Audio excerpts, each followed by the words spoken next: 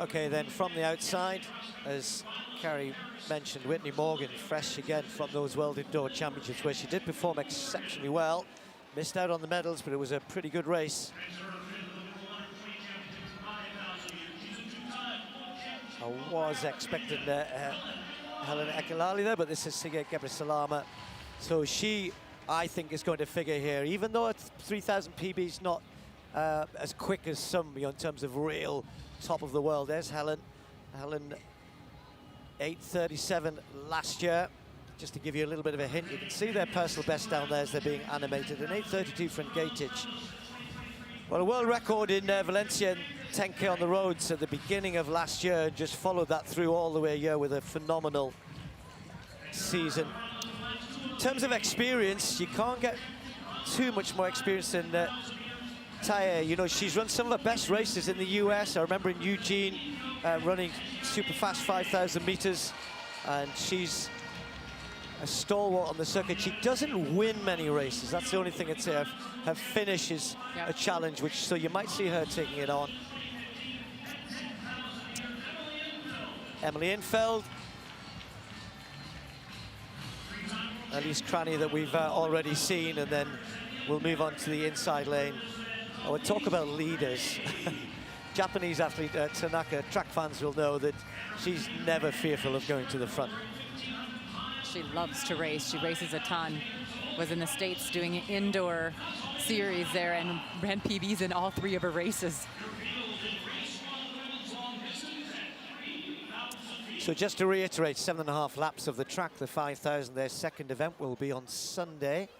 Breezy conditions, but it is calming somewhat. The sun has set, certainly on the track. There's still a little glint of sunshine in the upper stands, but in shadow now, a lot cooler. Well, maybe no surprise that Ngatic goes to the front here. Yeah, I'm not surprised at all. I kind of thought she would take it out, get established. You know, she's run very fast. She's run 8:32 over 3,000 meters, but that was from 2023, so it's been a long time. But she's hit the roads, and she's hit the roads very well. I mean, when she ran her last 10K, she ran so fast, and I just think that she will be able to come back to the track and get comfortable fast, but this is going to be an eye-opener for her tonight.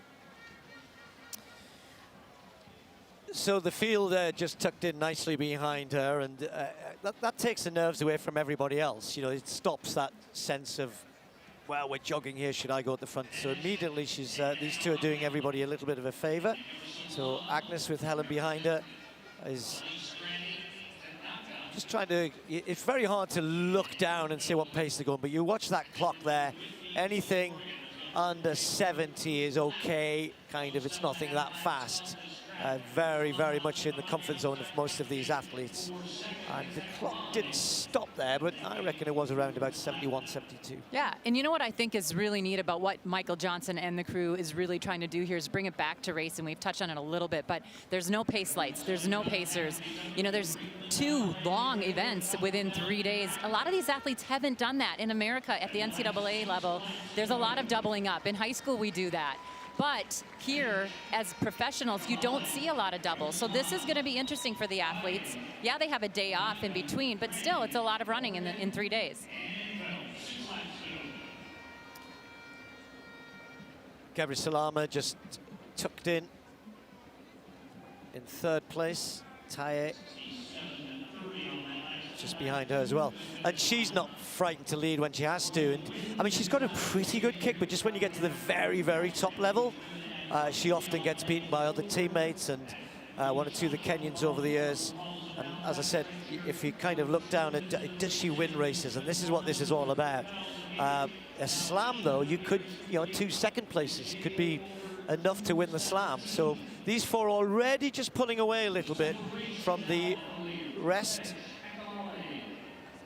Taye, one of the challengers, as is Helen Ekalali.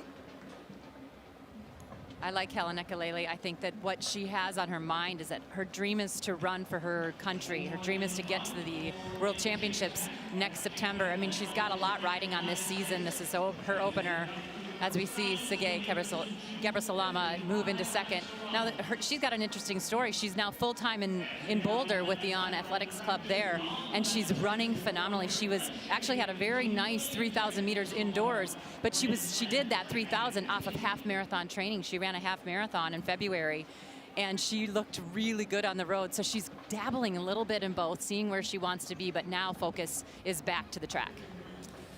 It's much more of a feature these days, though, that, you know, you flip from the roads to the track across all the distances. And nobody's scared of doing a half marathon now. You've got 1,500 runners running great half marathons. Nobody's scared of the distance anymore. Well, when you see a Sifan Hassan, like, be able to do so many events and do so well over them, it's kind of exciting to try it.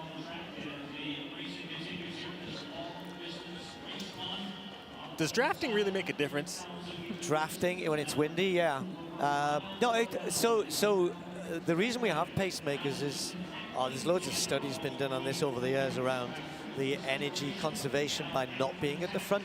But there's also stress about being at the front. You know, you're trying to work things out. When somebody else is doing it, you don't have to think, you just slot in behind. So it's not just a physical thing, it's a mental rest as well, until the point where the person at the front is applying so much pressure, is going so hard, then you're into, it flips then, doesn't it? So it really depends on the front runner, their capabilities. You know, do they just run at the front? Are they surging? Are they making it quicker? So if you're just asking a question of, is it easier to run behind somebody? Yes. Okay. I love right now what Agnes is doing up front. She's kind of stringing it out, but then it's like an accordion right now. They went hard and they eased off. They're surging, and that is the hardest way to race, especially a 3,000 meter, because this pace hurts no matter what. So look at how much space they put on in that last 200. So these three well clear. Taya looks fairly comfortable. I have to say, Gebrselassie looks as though she's working a little bit to hang on to this.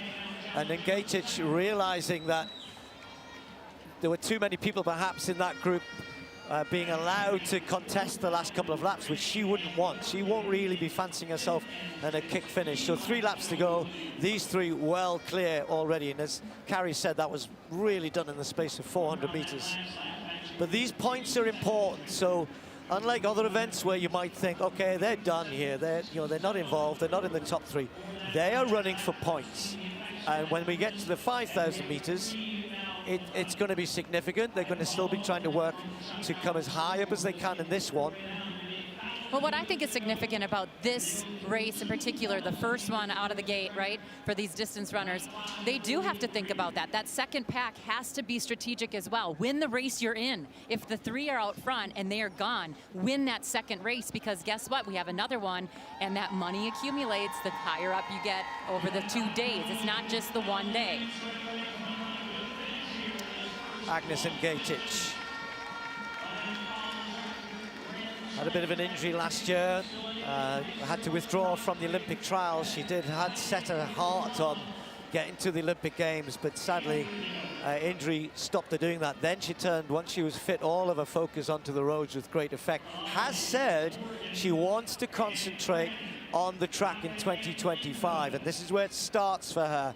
So it's going to be a real eye-opener for all of us watching, I guess, in the sense of, is she really going to be a contender on the world stage? We know she's strong. We know she's brilliant on the roads. We know she's quick there. Has she got the ability to win races on the track? Well, the pressure she's applying is not only having effect on the rest of the field, who are now 60 meters behind, there or thereabouts, but we've now lost Gebrselassie off that group, and only Taya trying to hang on. Well, Taya is known to be the one to sit in this position in second and wait for that final sprint. She is one that is calm and collected. She's calculating things as she goes throughout the race, and she looks like she's kind of chomping at the bit. But right now, I think throw that time out the door and just sit and win this race. We'll have to see what she does here. Well, I did have a look before we came to this, and I don't think she's won a track race since 2022. Yeah, it's been a while, but she wins. Yeah, but this Taya's sitting here just looking so comfortable. And Gatic has done everything she can. She set the early pace. It slowed a little bit. She picked it up to break the field up, and she did that. And then she kept pushing and kept pushing. Look at the lap times. And she now is in a real battle royal here with Taye. The two of them locked together, the age-old battle between Kenya and Ethiopia on the track. And they normally say that Ethiopia outkicks Kenya. And has this happened here? Taye just finding a little bit extra. Doesn't always manage to turn on the speed, not enough to beat some of her other compatriots, but this time it's going to be enough. She's timed this perfectly. And Gatich did everything she could and will run hard to the line. But no doubt about our winner here. Taye just about hanging on. And Gatich is chasing, but she's not going to get there. Taye takes the win. 8:28. Those lap times were getting quicker and quicker, almost sneaked up on us. That's a quick time. Gebre Salama in third place. Helen Ekelele will take fourth. We're looking down and watching them cross the line because all of those positions will be important come the 5,000 meters. 10 seconds behind in third place, and then a bit of a gap to fourth, fifth, sixth, seventh, eighth. Well, I really liked how Taye raced. She kind of sat in that third position for most of the race, slowly moving into second. But watch this here. I saw a little bit of a side eye on the back side, and she waited, she looked at her, she waited, and then she went. Almost like she knew with 200 to go, she had it. She did really move hard on this turn. Coming into the stretch, I thought she had a lot of bounce. There was just a little bit of fatigue that happened with about 60 meters to go. And for a second there, I thought maybe Agnes Degedich was closing in to get her, but she had enough pressure there. Taye looked good, looked smart, won her first long distance event at the Grand Slam track event, and looks like she's going to be in good form come Sunday. Yeah, that was pretty impressive. A 64, about 64 last lap, but nonetheless, it was more the build-up. They were running that off a pretty good pace. First K was at around 250, and then it just got quicker. So there is the confirmation of the points. 12, 8, 6, 5, 4 for Morgan, Cranny 3, Tanaka 2.